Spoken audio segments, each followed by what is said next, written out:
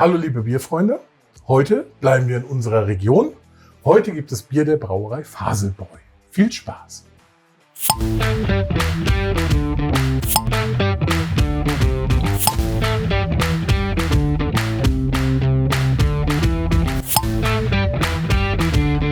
Ja, lieber Skorp, wir bleiben heute mal regional. Es führt uns nach Mörfelden-Walldorf. Ich freue mich. Quasi in die Nähe des Frankfurter Flughafens. Und wir haben die Brauerei Faselbräu, den Andi, auf dem Craft Beer Festival in Frankfurt im Jahr 2025 kennengelernt. Und der hat uns jetzt mal eine kleine Auswahl seiner Biere zukommen lassen. Ich bin gespannt. Ich war ja letztes Jahr nicht dabei. Daher freue ich mich umso mehr. Faselbräu ist eine kleine Brauerei, wie ich eben gerade schon gesagt habe, mit ihrem Sitz in Mörfelden-Walldorf. Sie wurde 2017 im historischen Faselsstall in der Innenstadt gegründet und produziert eine Vielzahl handwerklich gebrauter Biere im Small-Batch-Stil. Die Brauerei stellt fruchtige und kräftige Bierstile her, die teils nach dem deutschen Reinheitsgebot gebraut werden und teils mit kreativen Zutaten und Biertechniken experimentieren, inspiriert von internationalen Craft-Bier-Traditionen. Faselbräu vertreibt seine Produkte sowohl direkt im Taproom und Biergarten vor Ort, als auch über einen Online-Shop und veranstaltet neben dem Bierverkauf auch Verkostungen, Braukurse und Events in der Brauerei. Klingt gut. Small Batch ist wieder schwierig. Wir hatten das schon mal bei Two Chefs Brewing. Hast du ja sogar selber mir privat gesagt. Sehr schade, dass manchmal Spezialbiere nicht mehr zu bekommen sind nach der Ausstrahlung. Kann heute natürlich auch sein. Ja, aber nichtsdestotrotz. Wir freuen uns drauf. Und fangen auch direkt an mit dem ersten Bier. Was ich schon mal sehr schön finde, und da sind wir wieder bei diesem, wir haben es ja schon mal öfter gesagt, dieses Unmutigsein, immer deutsches Reinheitsgebot hin oder her, dass man sagt, man geht beide Wege. Einmal deutsches Reinheitsgebot, aber auch experimentelle Biere. Jetzt kommen wir aber, glaube ich, zu einer typischen deutschen Tradition. Jetzt geht es zum Stammtischbier. Also ich glaube, dass es ein Pilz ist, da sind wir uns jetzt schon... Yep, wollte ich gerade sagen. Nee, es ist ein helles. Ist es ein helles? Helles Schankbier steht drauf. Na, jetzt hätte ich beinahe uns das Etikett gezeigt, aber das dürft ihr ja sehen. Aber schöner goldgelber Farbton. Ja. Beim Einschenken kamen einem aber schon auch diese typischen Duftnoten entgegen. Wie wir sie bei einem bei einem hellen und einem Pilz kennen. Zum Wohl. Ja, leichte Schaumkrone. Darfst ruhig schon probieren. Ich quassel und wenn ich probiere, dann kannst du deine Eindrücke schildern. Hilft dann manchmal auch, dass ich den Mund halte, wenn ich den Mund voll habe. Genau das, was man erwartet vom Hellen. Leichte Bitterlichkeit, aber trotzdem sehr süffig. Ja, aber nur leicht bitter. Also ich finde, man hat schon eine gewisse Süße daraus. Ja, das erwarte ich aber auch von einem Hellen. Ja, ist super süffig. Das ist, also ich glaube, Stammtischbier, das trifft es ja auf den Kopf. Das ist ja so, das trinkst du so am Abend nebenbei in einer geselliger Runde. Ja, ein solides, helles Bier. Das Stammtischbier ist ein helles Schankbier der Brauerei Faselbräu aus Mörfelden-Walldorf. Unfiltriert und unpasteurisiert gebraut und mit Hallertauer Hopfen eingebraut, der florale Aromakomponenten beisteuert und von einem malzigen Körper begleitet wird. Es wird ohne zusätzliche Verarbeitungsschritte angeboten und repräsentiert einen klassischen hellen Bierstil mit klarer, weniger komplexer Zusammensetzung, bei dem die natürliche Würze und Schlichtheit im Vordergrund stehen. Hat 4,8 Volumenprozent Alkohol. Ich glaube, das ist so ein Standardbier, auch im Programm. Ja. Das ist eine solide Basis. Ich glaube, da können wir heute wirklich schön drauf aufbauen. Genau. Freuen wir uns auf das nächste.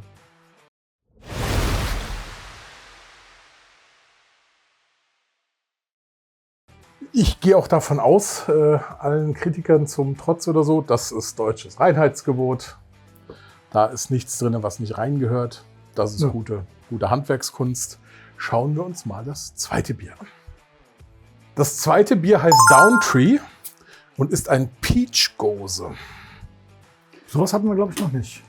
Also Gose hatten wir schon, ja, die belgischen Biere. Aber noch nicht mit Peach. Gucken wir mal, was der für sich kann. Schöne Farben. Ja, auch viel Kohlensäure drin, ne? Das sprudelt richtig. Oh ja, siehst du auch unten schön im Glas, was da noch... Das perlt. Aber die Schaumkrone ist dadurch auch nicht sehr stabil. Richtig? Aber sie kommt. Also Schäumen tut schon, aber ist halt nicht, geht halt durch die Aber ich glaube, du Kohlensäure hast schnell gleich, wenn wir es im Mundgefühl durch die viele Kohlensäure haben. Mhm. Ist trüb auf jeden Fall. Oh, man riecht den Pfirsich aber auch. Ja, ganz stark durch die Kohlensäure auch. Mhm. Ja, der kommt richtig schön zur Geltung. Oh. Lecker. Ja, Ist nicht dein Geschmack?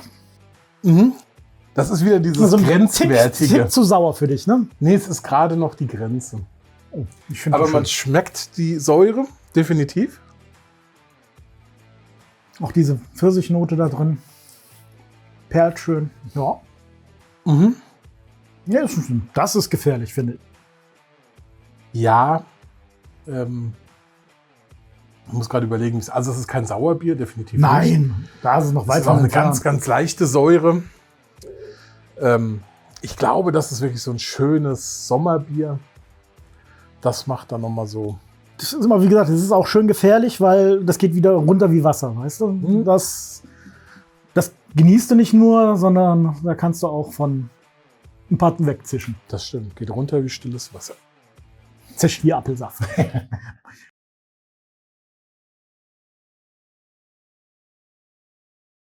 Downtree ist ein Craftbier, das als Peach-Gose eingruppiert wird und mit weichen Pfirsicharomen sowie einer dezent salzigen Note gebraut wird. Die Pfirsiche stammen aus eigenem Anbau und werden direkt während der Gärung zugesetzt, was dem Bier seine fruchtige Charakteristik verleiht. Downtree hat einen Alkoholgehalt von etwa 5,4 Volumenprozent und gehört stilistisch zu den Fruchtbieren bzw. Gose-Varianten mit ungewöhnlicher Zutatenkombination. Deutscher Werbetext. Wir haben festgestellt, sowas ist gar nicht so ungewöhnlich. Nee. In Belgien ist sowas normal. Aber ich finde, es ist hier ein sehr, sehr ausgewogenes Spiel mit den Aromen. Ja, Es ist keine Pfirsich-Limo mit Alkohol und es ist kein Bier, was so einen Tick nach Pfirsich hat, sondern es hat wirklich einen sehr, sehr ausgewogenen Charakter. Das Bier kommt durch. Man schmeckt den Pfirsich. Ich finde es besonders schön, dass es natürlich auch noch selbst angebauter Pfirsich ist. das macht das noch etwas besonderer, muss man dazu sagen. Definitiv. Aber dadurch macht es halt auch zu einem saisonalen Bier. Was ich gar nicht so schlecht finde. Also ich finde das haben wir ja insgesamt so das ganze Jahr über alles zu bekommen. Früher, als wir Kinder waren, wussten wir, zu bestimmten Jahreszeiten hast du bestimmte Sachen bekommen. Ja. Und dann ist die Freude darauf, glaube ich, auch noch mal größer, als wenn man das ganze Jahr über irgend so ein Industriegebräu trinken würde. Das ist schon eine große, große Empfehlung. Ich nehme noch mal einen Schluck, obwohl es in die leicht saure Richtung geht. Aber nur Ich leicht. bin dabei.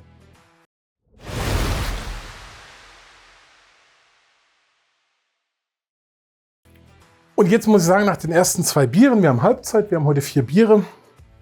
Es ist wieder schön, dass auch deutsche Brauereien, wir finden, je kleiner sie sind, so regionale Brauereien, mit wie viel Fantasie man an das Thema Bierbrauen dran geht und dann solch leckere Kreationen erstellt. Das macht richtig Spaß. Schauen wir mal, ob es auch so weitergeht. Ich bin sehr gespannt. Das ist ein Spiced Pumpkin Ale. Das würde ich ja jetzt eher nennen kalten. Uiuiuiui. Die Farbe ist schon geil. Das Wow. ist schöner Bernstein, aber so richtig schöner Bernstein. Aber das auch, was ich mir vorstelle, wenn ich von Kürbis spreche, ne, da muss ja auch so etwas, also da darf es ja nicht mehr goldgelb sein. Nee. Oh ja, hat das schon lange nicht mehr so einen tollen Bernstein tun. Aber der Malz, da ist auch Malz drin. Das Ja. riechst du richtig. Auch wieder keine starke Schaumkrone. Nö, gar nichts. Also ich glaube nicht, dass es an uns liegt. Interessant. Beim Essen, wenn man sagt, interessant, klingt das ja immer so negativ. Bilde ich mir das nur ein oder legt sich bei dir auch so eine Art Lebkuchen auf deine Richtig. Zunge? Da sind Gewürze drin, wie bei einem Lebkuchen. Genau, mit interessant meinen wir wirklich, da kommt was Das Interessantes. ist nicht negativ gemeint, das ist im wirklich Gegenteil. ganz speziell. Also gerade, ja, man denkt wirklich, man beißt in einen Lebkuchen rein. Ja, aber ich denke, dass da die Gewürze sind, die auch in dem Lebkuchen drin sind. Dass die damit, ich weiß nicht, was da drin ist, Koriander und so weiter, was da halt so E3. Nein, war ein Spaß. Wow, also Kürbis schmeckt man gar nichts. Nee. Aber dieses Gewürz, was dann rauskommt, Macht das wirklich interessant. Wow. Das ist ein spannendes Bier. ja, da sind wir aber auch wieder so mehr beim Genießen. Mhm. Ne? Die ersten zwei, das sind mehr, die kannst du so mal beim Fahrradausflug, wenn du bei Faselbräu vorbeifährst, mal so ein, zwei trinken. Aber das hier ist dann eher für Das ist nach wirklich der was- Fahrradtour zu Hause dann noch zum Mitnehmen quasi und dann zu Hause genießen. Unsere Regie hat uns gerade darauf aufmerksam gemacht, dass wir zwei dumme Buben sind. Das ist ein Pumpkin Spice Ale und Pumpkin Spice hat nichts mit Kürbis zu tun, sondern Das ist eine Gewürzmischung. ja, Da Wussten muss wir man auch erst mal nicht. wissen. Ne? Also, haben wir aber Glück, dass wir es nicht tatsächlich im Off nachträglich reinschneiden müssen, sondern heute bei der Aufnahme noch direkt richtig stellen können. Aber ihr merkt, es gibt keine Skripte, aber das zeigt es doch, wie ehrlich wir sind. ja. Weil wenn wir jetzt die Regie nicht da gehabt hätten, wir hätten immer gedacht, das ist ein Kürbisbier, Punkt. Ja. Deswegen also, ja. Herzlich willkommen bei den Profis. Scarecrow ist ein saisonales Ale, das als gewürztes Kürbisbier, Pumpkin Ale, eingestuft wird und mit geröstetem Kürbis aus eigenem Anbau sowie typischen Pumpkin Pie Gewürzen eingebaut wird, wodurch eine reichhaltige Malzbasis mit herbstlicher Gewürzkomponente entsteht. Ja. Dieses Craftbier hat einen Alkohol von etwa 6,8 Volumenprozent, die man nicht merkt. Nein, überhaupt nicht.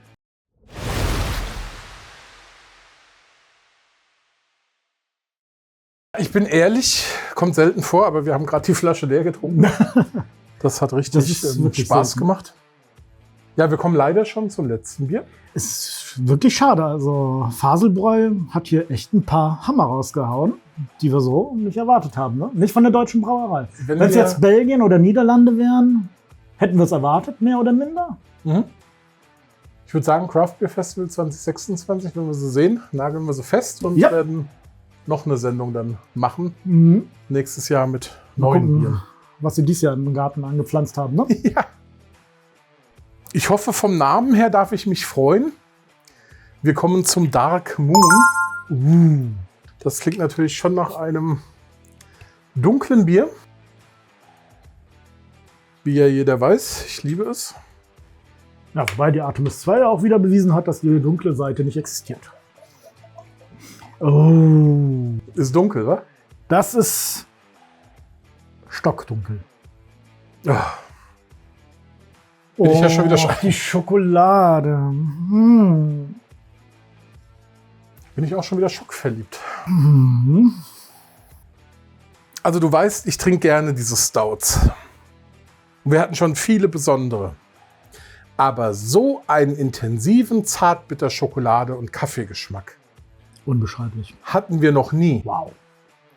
Also der wird ja hier so rausgearbeitet, das ist der absolute Wahnsinn. Du hast schon gesagt, super dunkel, keine Schaumkrone, geruchlich, Extrem überzeugt, trinkbar. geschmacklich. Und das Ding kommt auf meine Top 10 Liste. Also das ist da wow. Also das ist wirklich. Ah, Ich habe noch was. Ich habe es gelesen, aber man schmeckt es auch. Lakritz. Probier noch mal. Und du wirst es schmecken. ja. Wenn man es länger auf der Zunge behält, Richtig. dann kommt die Lakritz raus, ja. Am Anfang, finde ich, kommt die Schoko- und Kaffeenote. Ja. Und danach kommt noch mal die Lakritznote. Und ich bin ja kein Lakritzesser. Ich esse es, aber muss nicht sein. Der Mike, der kann sich ja da reinstürzen. Ich dummerweise auch. Du auch, okay. Aber, boah, mir Mega. fehlen die Worte. Ja. Also wirklich mega. Das ist was. Trinken wir Feines. jetzt nicht leer, bevor ich nicht noch die Abschlussansprache gemacht habe. Jawohl, Chef. Dark Moon ist ein starkes Stout, das als Lakritz-Stout gebraut wird und durch eine dunkle Röstmalzbasis sowie die Zugabe von Fenchel und Anis geprägt ist, wodurch würzige, lakritzähnliche Noten im Vordergrund stehen. Dieses Craft-Bier gehört stilistisch zu den kräftigen Stouts mit ungewöhnlicher Gewürzkomponente und einem intensiven Geschmacksprofil. Der Alkoholgehalt liegt aber hier auch tatsächlich bei 11,2 Volumenprozent. Schweres Bier. Aber einfach nur lecker. Aber auch nicht im Geschmack schwer.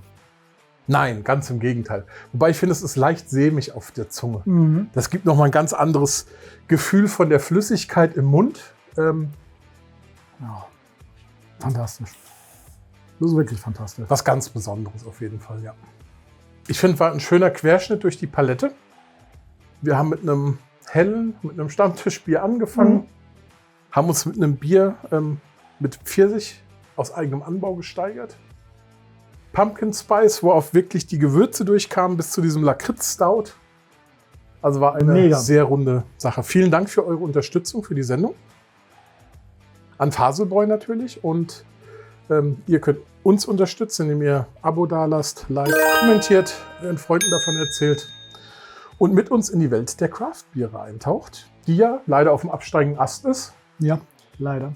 Aber wir hoffentlich da ein bisschen Gegensteuern können. Ne? Für diese handwerkliche, traditionelle Braukunst tun können.